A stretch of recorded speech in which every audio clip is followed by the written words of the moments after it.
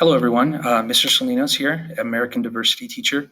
I'm going to go ahead and spend a few minutes here talking about email etiquette. We'll call this presentation Email Etiquette 101. So let's go ahead and get started. So why does it matter? Why are we doing this? Well, I guess more now than ever, it's important that we are communicating through email to try to limit our contact. You'll find out that during the beginning of the school year, you'll be communicated that if you ever want to set up an appointment, if you want to meet with your counselor, we're going to ask that you follow up through email. So let's go ahead and just get that out of the way now and understand what it is that you want and how you can be efficient so you can get what actually you want out of that email. So here are four things. You want to be professional. Again, this is going to apply to you after high school, whether you're in whatever field you're going to most likely email, whether it's a boss or a manager or even a coworker. So in a professional setting, it's efficient to write emails. You can get clear to the point if you want trying to get an answer, especially now more than ever with people having phones and they can check and respond to their emails very effectively. So that's one thing that I would also encourage you is if you have a smart device, please just download the Gmail app to your phone. This is going to be much easier for you to monitor the emails coming in and what you will be sending out. 3, respect. When you ask for something in a very etiquette way, you're going to be I know that for example, when I get emails from students that are trying to get work ahead of time, it does put them in a category where I'm like, okay, this is a student that definitely wants to do well, and you tend to get the benefit out of that. So that's another reason to do it. And then finally, common sense. It's just basic humanity that we want to get along with each other, and an email in our today in our world is one of the most common ways of doing that. All right, so some tips here. Make sure that you have a professional font. Don't get fancy. I know some of you like to color your font a certain color, highlight stuff. Don't do that. Just keep it simple and keep it, to the point and legible. Okay, you don't want to make this difficult. Another tip here is make sure you're clear, direct. Make sure you have a subject line, and I'll talk a little bit about that in just a moment. But you want to make sure you provide, the subject. So when somebody scans at your email, they say, "Oh, okay, I know exactly what they're referring to." Make sure you include your name, include your class period, and then just want to stay within your topic. Also, make sure that you begin the email with a professional salutation. So this could be, Mr. Salinas, comma. You don't necessarily have to have dear, but you can if you want. Do not use exclamation points. Those are considered informal. And again, just state your point, ask your question, put in your request, and then, that tends to work a lot more efficient. Avoid using all caps. I know we get into this texting type of etiquette. You want to avoid that. You don't need to capitalize your stuff. So just make sure that you're following those kind of tips. And then don't ever be angry when you're writing an email. Cool off if there's something that's bothering you. But if you want to make sure you want to express yourself, it might be better to do it in person.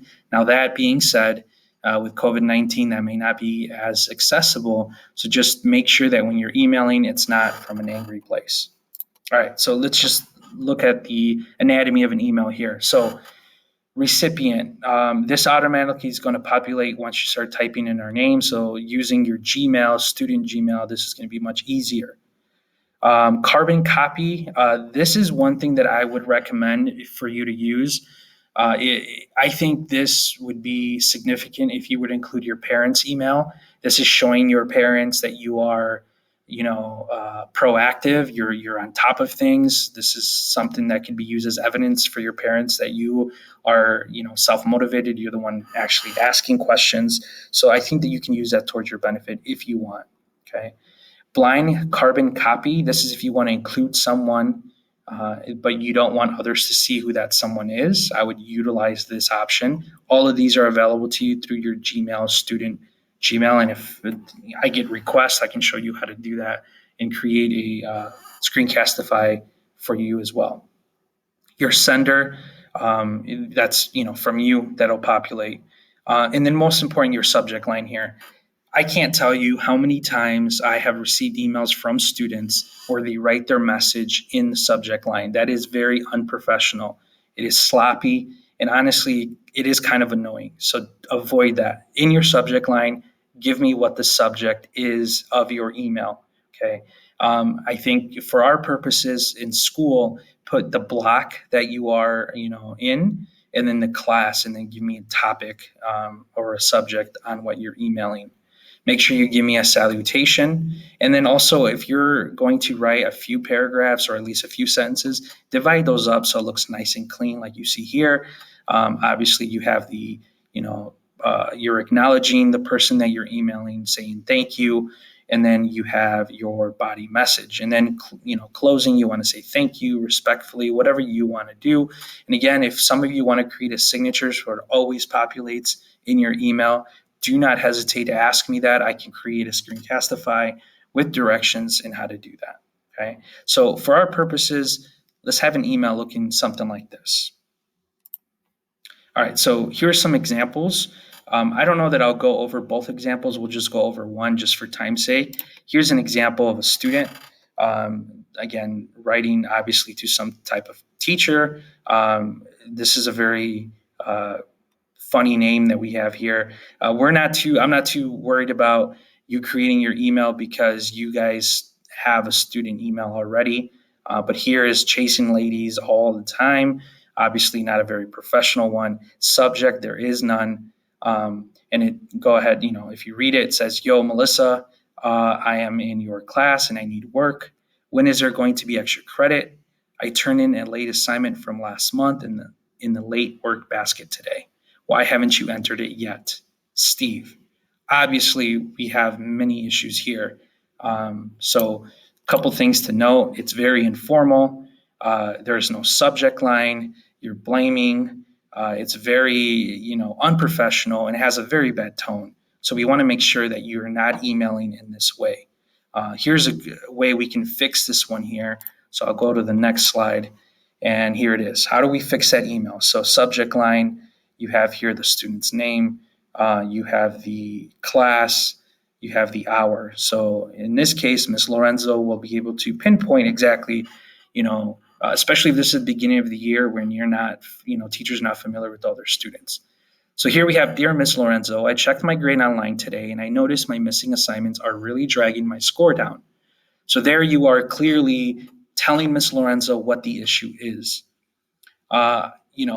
The next sentence here says, "I am so upset with myself for not turning them in." So you're expressing some emotion, but you're not blaming anyone.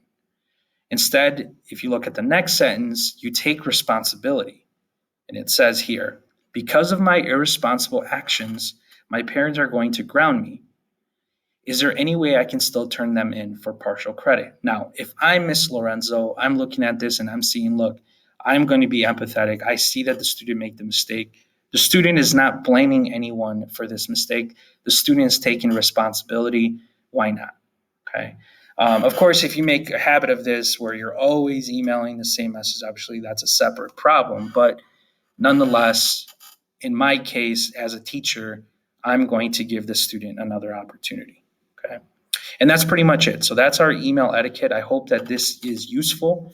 And I hope that you guys can ensure that when you're writing emails, you follow this protocol. Okay. Thank you very much. And again, send me an email if you have any questions.